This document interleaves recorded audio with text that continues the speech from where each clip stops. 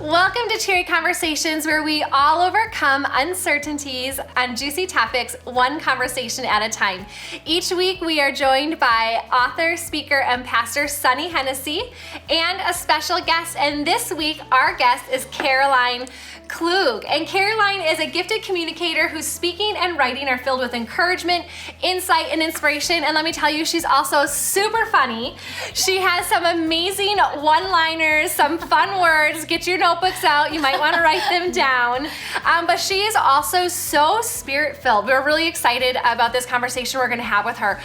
This week's episode, we're talking about how you know when God is speaking to you, how you hear his voice, and how you know what he's calling you to do. So, Caroline, that is a big question. A lot of people ask that, like, how do I know if it's God's voice that I'm hearing? How do I know what I'm called to do? So, tell us how you started experiencing that and where it's brought you. Yeah, no pressure. Okay, so I'm not going to start with a hard question or anything. Right. So this is an easy answer for me because the absolute first time I ever knew with certainty what I was hearing, I was sitting on my living room couch. I was in my 20s, and I was probably doing nothing at all. And I just heard God say, I want you to write for me. And it was very clear. And when I say hear, I didn't hear it audibly. It's hard to explain, but it's like a sentence that gets burned into your brain out of nowhere. It's really good. Yeah. And I just knew it wasn't of me, and I couldn't dismiss it. And the intensity of it is just something different. You know when you have a thought that comes into your own mind. Yeah. But there's a time when something comes in that you're going, I wasn't even thinking about that. Yeah. Yeah. So good. Yeah. That's so good. And so now you are a speaker, you are an author, you also are, you've started a business, Sunshine International. So you've got all these things. I've seen you on Facebook and Instagram. You've got a lot going on. So obviously, like, those are the things God's calling you to do. What specifically are all of those kind of endeavors? What are they speaking to people? Yeah. So I grew up in corporate America, and I spent like 24 years there, and that's when God called me out of that and said, hey, I want you to come and do this full time for me. I've written 4 books, and my heart is really, I kind of say hurting women are my jam. And I just, because I was one. And, I've gone through a lot of things in my life, and I've been through 2 divorces, and, there's a lot of yuck back there. And there are a lot of things that women particularly struggle with in the boat of shame, and I just feel called to bring some light to that. I bring some truth to that, to say, how is it that God sees you, and how is it that God not only sees your past circumstances, but how is he going to use them, to be part of the kingdom. What I love about you is when you hear from God, you also have this wealth of experience and knowledge, because sometimes people can say, well, I heard from God, but then they don't know how to filter that through, or they maybe don't have the same life experiences to filter that through, because what hurt does is it allows us to center and to also look to Jesus in hard times. So then when God's speaking to us in hard times, we know the difference between grief, anger, all of the emotions, and God. So I feel like I have experienced the same thing, where you go through a lot and then later you absolutely know the voice of God, and what the voice of God feels like is peace. It feels like calm. It feels like rest in the storm. Whereas other voices can bring anxiety and can bring unrest, because you're right. I've never heard an audible man's voice, but there have been times that it was like, and this is God saying da da da da. Like, and that's in my head, and I'm like, he just said, and this is me saying, you better. But and other times, like you said, it's a drop in the mind, and it's this thing that's planted in your brain that's almost like on repeat. Yeah. And then what I love is that God will bring people in your life to confirm that message. So I want you to talk about that, because specifically you and I run things by each other, because we live a similar life in that we feel called to get a message of Jesus out, to give a biblical, theologically grounded message. In fact, you're going through right now the 7 churches in Revelation, and you're doing video teachings on that, and I did that in April, the book of Revelation. So when God is speaking something to you, you've come to me and said, okay, this is what I'm hearing, and then I've gone, oh my word, like, that's what I was hearing, and it lines up. Yes. And your husband also loves Jesus and Yes. confirms things. That's important. Yes. That who we're going to is following Jesus as well. Yes. And is solid in Jesus, isn't kind of flighty and, running towards emotion rather than, no, is this really the voice of God? So we've been running things past each other. Let's talk about in this time where we're in a pandemic that I thought we'd be out of by now. And I think the reality is we're not going to be out of it anytime soon. Yeah, I agree with you. And I think there's a lot of people who have a lot of ideas about what's truth, what's blown out of proportion, regardless of what's happening on the media and politics and all that. Yeah. Let's talk about just on the spiritual side of it. Yeah. What do you feel God is speaking to you? Because I'm pretty sure I know, and we've talked about it, and it's what I'm feeling as well. Yeah. Actually, this might sound strange, but in a warped kind of way, I'm really excited about what's going on. Not because of the difficulties and the challenges that come with those things, but because I see it as a huge opportunity for what God is trying to do in the church. And, even when the pandemic first broke out and churches and businesses and all that had to start closing, what hit my spirit really hard was God was saying, this is an opportunity. I am, telling the churches to get beyond those four walls so they can reach people that they never would have been able to reach, butts and chairs, right? So it's one of those things that we can look at it as, oh, this is different and it feels uncomfortable. Right. Or we can look at it as, what is God doing here? What is he doing? Because, we all know Romans 8:28 says God can use all things for the good. And this is no exception. So, he doesn't make bad things happen, but he can certainly use whatever happens to usher in change.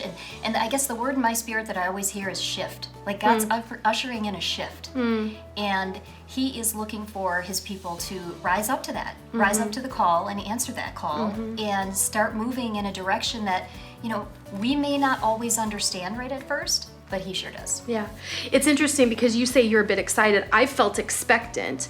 And I remember the first couple weeks of the pandemic. So that would have been March, April. I remember feeling this urgency that let's make the most of this, because if this all goes away in 2 weeks, I don't want it to be wasted. Yeah. I want to use the opportunity. Yeah. So it's interesting. You got opportunity. Now, Yeah. 6 months later, I'm not so worried that it's not going to go away or that it's going to go away too quick. I'm more like, it can't be for nothing. Right. When it comes to salvations, when it comes to people really getting their house in order. Yeah. What would you say, because you've been in church and a Christian for years, Yeah, right? Yeah, 20 some years. Okay, so as a Christian, as someone who went to a church for all those years, what would you just say to someone who's like, but the church needs to get back to how it was. We need to stand up for our freedom. What would you say to that person? I think freedom is busting beyond the four walls. I think church is not a building, and I'm sure we've all in some respect heard that statement, but church is the people, it's the hearts that are aligned, it's the Christian community. So I would say, how are we being fed? I mean, I don't think it's going to be uncommon for someone who lives in Tennessee to say, I go to Life Church in Green Bay. Think about the possibilities there. These are people that would never have had exposure to the different churches around the world, and now there are doors opening up for people to get fed in beautiful ways. And so I think that it would be a lost opportunity for us to not embrace what God is trying to do with all of this and, not be so close-minded. Those, what just came to my mind is, those apps where you can buy something online and then you can hold it up and you can see what it would look like in your own room? Yeah. Oh, yeah. Yeah. So I feel like sometimes we hold things up to the only filter we know, the only room we know, and we see how it fits in there. And God's going, I want to put it in a completely different room. Yeah, that's really good. So Yeah. that's just sort of the feel I get with this. That's so great. And that kind of gave me goosebumps because I want to put it in a different room. I pictured, I used to sit with my kids on the front row and this is the ultimate, there's their dad preaching and here's my kids. And, there were times I'd have to elbow one, but most of the time they were very alert and engaged, but rarely were they raising their hands in worship, and I really wanted that for them. And I remember just going, but man, I couldn't have it any better. Yeah. And now when I think about putting that, what is Jesus and what is hearing about him and from him. And I put that in my living room. I put it in my room. Now our son has opened up. Our daughter has talked. And I'm like, actually, this is the best thing we've had to this point. Now I'm grateful for our kids' pastor when we lived in San Diego was Pastor Dallas. And I love that they had that. And now kids still have Pastor Dallas and he's online. But like taking on the responsibility as a parent for this expectation of, oh guys, I asked my daughter about, I said, well, the rapture. She goes, what's the rapture? I went, oh my Lord. Like, Sit down. oh my gosh. Like, I forget we're not raising our kids in a church like I was raised in a Bible college where it was like every time you heard a message, it was turn or burn, and you don't know when God's coming back, and you could be driving in a car and get in a wreck, and are you going to heaven or hell? Like that was just constant. And I forget that that's not what we've been living in, and maybe that's some of the urgency, and God's like, everybody's gotten lax on this. Like they're living for today and partying it up, and there's no consequence. And maybe he's like, no, there's a consequence. So when I said the rapture, and Aubrey said, what's the rap? I'm like, oh my gosh. One, I felt like a failure as a parent, then as a pastor. And so I talked about it and I thought, where have we missed the boat? So let's talk about that, the rapture. Okay. Let's talk about the end times, the last days, because that urgency you're feeling, that expectation I'm feeling, I feel like we're not conspiracy theorists to be like, these things are lining up and they're a little freaky, but yet I'm excited about it. Well, we have a whole book from God that tells us about it. But you know, and I think every generation has thought, oh, we're living in the end times, right? But what I would say is we should have that mindset. We should be living with a revelation mindset all the time, because God's word tells us that he'll come like a thief in the night. No man knows the hour or the date. And so who are we to say that, no, it's not today, or no, it's not 100 years from now? We don't know. Right. So we always need to be living with the mindset of get our house in order and get our hearts in order. And, you know, that's just the simple truth. Yeah. I know you had questions for her, and I'm just taking over. No, because I love it. I wanted to you jump said in. something that I've heard both of you say a couple times, and so I want to make sure that listeners and viewers know what this means. But you just said it: get your house in order. What do you mean by that? What does that mean? And what does it mean? Maybe it's different for other people, but what does that mean to you guys when you say get your house in order? I think for me, you know, Sonny had referenced before that I was doing some teaching on the 7 letters to the 7 churches. And I think about some of the content in there where they talk about some of the cities that struggled with everything from idolatry and sexual sin to just riding the line from a society perspective. You know, to me, it's a very broad statement that encompasses a lot of things. And let's get real practical. What are you watching on Netflix? You know, what kind of music are you listening to? What relationships do you have, and what kind of conversations are you engaging in and entertaining in your life? All those things absolutely feed into, you know, how you're preparing your heart as well. But it's really, you know, your house. What's your relationship with your spouse look like? Are you putting them first? You know, obviously God's first, but you know, are then you putting them first next? So there's lots of different things that come into play in that. Love it. That's so good. For me, the house in order, I mean, let's face it, we're in the business of church and pastoring.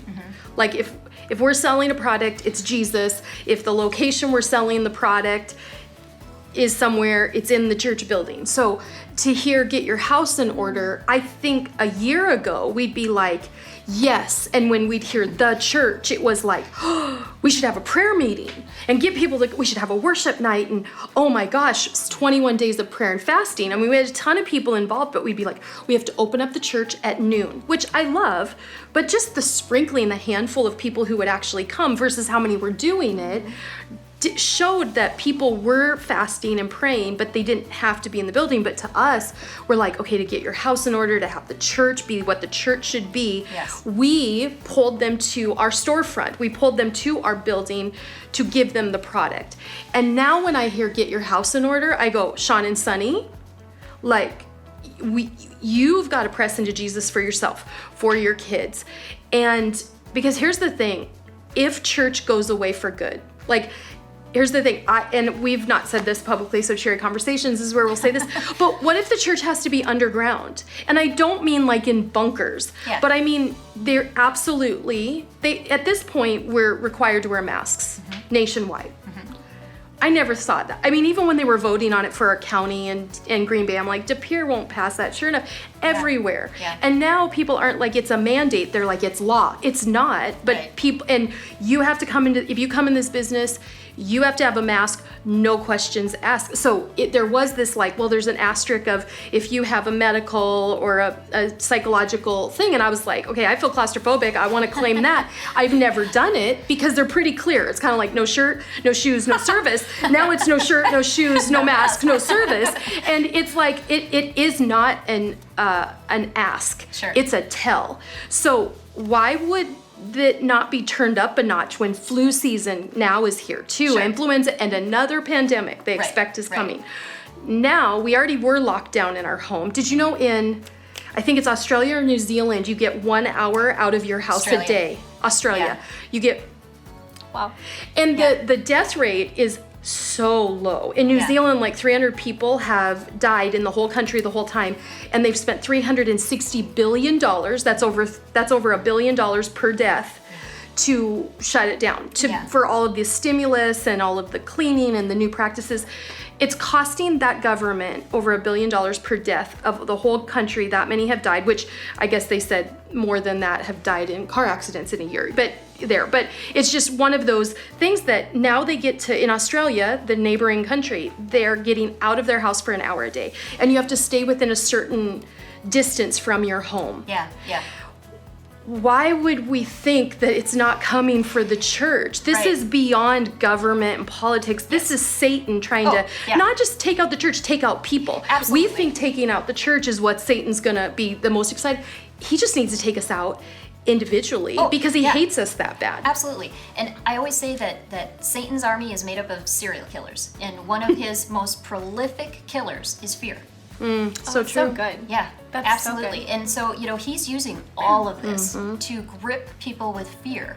And, one of the messages that I've been trying to put out there with people is that, yes, there are scary things that we see out there on the horizon, but you do not need to be afraid. As a Yes. Christ Yes. follower, Yeah. we know the victory is already on our side. Yeah. God told us, or Jesus told us there would be troubles in this world, but take heart, I have overcome the world. Yeah. So we know that we have the victory in Jesus, and that as Christians is where we should solidly sit. Yeah. And to unpack what you said, he's overcome the world. I think it's not the world and us, Yeah. but it is. So like there's the difference. Like we're to go into the world but not be of the world. And in the past, there's the churches that are like, people think are cultish because they're like just us people and they all stink and those, Yeah. that denomination's going to hell and that's going to hell Right. and everybody else. Right. And it can be like very us against the world in a weird way. Yeah. But then there's been churches that are like, oh no, mix it up. Which of course, Life Church, I love that we reach the world. No one questions, am I welcome there? Or they come and they go, oh, I feel welcome. Or they watch now and they go, oh, I could, that didn't feel like hate. That felt like knowledge and wisdom and peace. Peace is big. And the message, it's changed a bit to like we're like in it right now, but there's still this peace that comes from the word, from the messages. So there is this like, okay, mix it up, great. Yeah. But what you just said I think is key, that the world, Jesus overcame it. The Christians, we were built and made for this, to lean into Jesus. Yes. What we have to do is look at the world and all that's going on, and we have to rise above that and realize, if anything, I pity the confusion and the chaos that they're living in. I pity the politics that they're wrapped up in. I'm not going to get more angry at the world. They're lost. Yes. But I am set apart. I am to live in this faith that surpasses, the peace that surpasses understanding. And so that's the difference. And I think Jesus is asking us to do that. Yes. To come to a reckoning individually and then look at that and go, oh my gosh, it's so much more than Fauci and it's so much more than protest. Like Satan, I told Sean this week, I said, I feel like Satan is in an armchair, leaned back, going, Popcorn. exactly. Yeah. Watching and going, this is what I've been waiting for. Yeah. Just like probably during the Holocaust. Yeah. He was like, this is glorious. Yeah.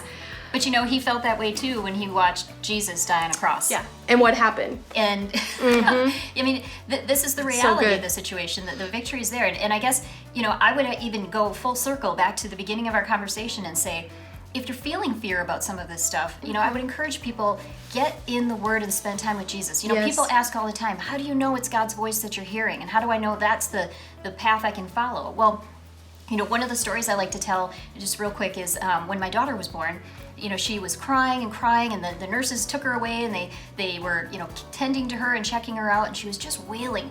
And so I started talking to her. And I called her name, and I started telling her everything was going to be okay. And then she immediately stopped crying, and she turned her little newborn head, and she looked in my direction, and all the nurses swooned, and they're like, oh, she knows your voice. My baby had been intimately familiar with my voice, had been listening to it and the patterns of it for 9 months. And so when I spoke, she heard me. She knew it was me. And I try to encourage people, when you spend time in the Word, when you spend time with Jesus, and you read and meditate on it, you get to know his voice above any others. And so when he speaks, you recognize it. It's familiar to you.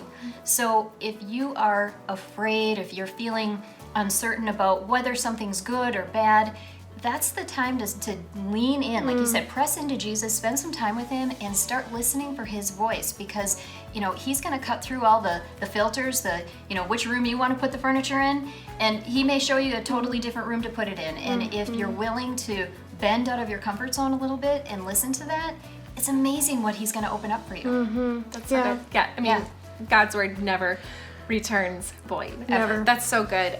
When you were talking about Satan using this to bring fear, God's also using this in his power to get our attention. For whatever it is. Someone asked me about that, like, so what do you think about all the raptures talk and whatever, and I just said, well, I know God's using this to get our attention, so I better be focused on him. I don't know what's to come, but I do know God has control. So that was really good.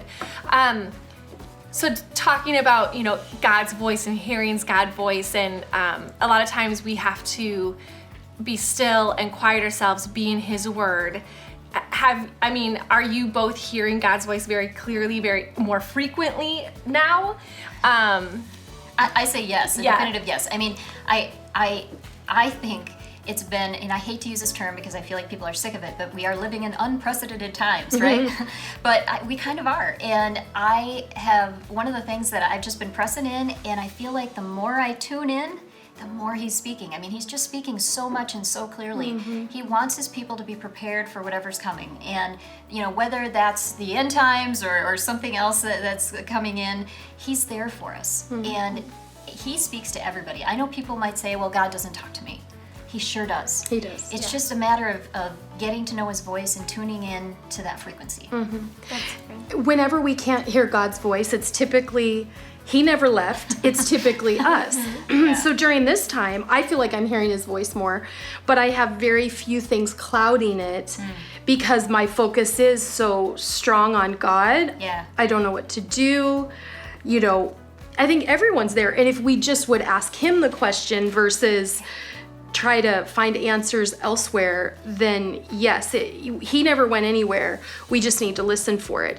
The other thing I was going to say about his voice and people saying I don't hear it, I heard this statistic, and it was I don't know, the Southeastern, they said, the organization that did it, said that of Bible-believing Christians who attended church pre-pandemic, just who attended church, 1/3 are still engaged in church, meaning online, or if their church opened back up with limited capacity. Like in California, they have to meet outside. So 1/3 are still engaged, period. 1/3 are angry about how their church isn't back to how it was, so they're angry and mad, so that they wouldn't consider them engaged. And then 1/3, it's off the radar. Now that's of just Christians who went to church already. So think of all those who were lost. Fewer and fewer and fewer people, that says to me, are willing to look to God during this time.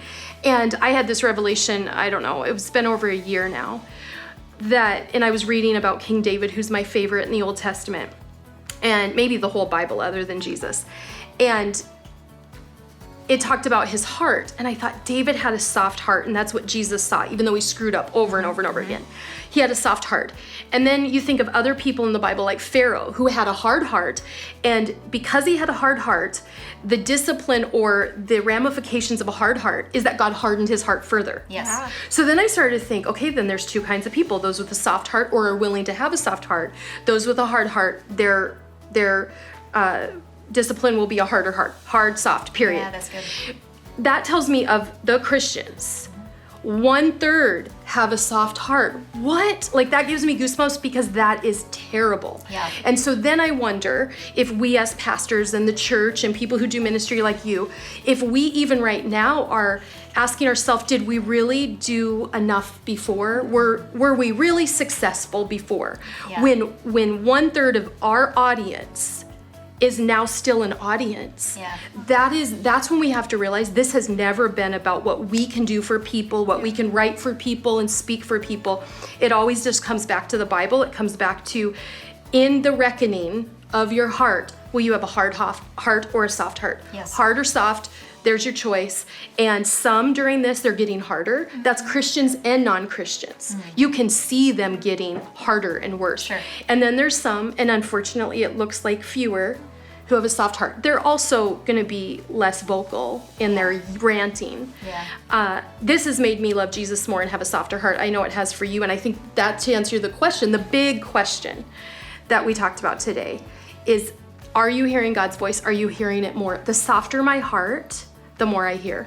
Yeah. Yeah. And I think this time that we're going through right now I think a lot of people are being stirred. I think a lot of people, and they may not understand it. They feel, I would say, don't ignore that fish out of water feeling. Don't ignore that I was made for more. It is not a selfish thought because everybody was made for more. Yeah. And so if you're feeling those stirrings in your stomach, God may be calling you to something. And it may not even be a giant ministry or, and that was something I was so excited about because I was praying this morning about this conversation and God gave me a nugget. And I know that he gave me that nugget for somebody that's going to be watching this episode. So it could be you. And what I would say to that person's heart is, there are people out there who have been feeling stirred, but they don't know what to do with it because they think being called means it's a big move, means it's I've got to change my job or move to Rwanda and live in a tent and feed babies. Sometimes when God's calling you, it's not for a move, it's a moment. And there are opportunities for so many moments right now for people to stand up and answer that call and to put Jesus first, to tell, maybe your big moment is telling your neighbor about Jesus. Yes. Maybe your big moment is walking across to another office and having lunch with someone and listening to them as they tell you about some of the troubles and telling them how Jesus made a difference in your troubles. It doesn't have to be something that's big and monumental.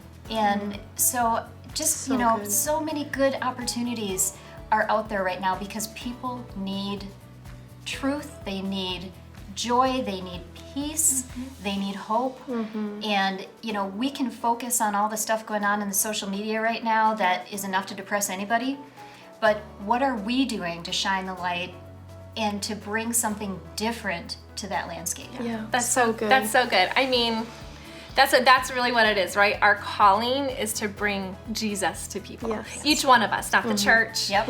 Not a building, not even an amazing online program. Right. It's each one of us. We've been called. Thank you. Thank you so much for sharing so many awesome stories. I know people are watching and had questions about hearing God's voice. What does that mean? What does that sound like? And you both actually have a lot of resources to share if people still have questions. And so we're going to have how you can connect with Caroline and Sonny, and we'll have that on the handle on the screen, so you can be sure to check that out, get more information on the topics that we've been talking about today. And we're just so glad you're able to be here with us. Thank you so much. This was so much fun. I was looking forward to it. I've been waiting for this with Caroline. So if you would like to connect with me directly, or if you want to learn more and I can get you in touch with Caroline, you can go to sonnyhennessy.com and just right away you can see how you can connect with me directly. Thank you for joining us today. We'll see you next week at the same time for another cheery conversation.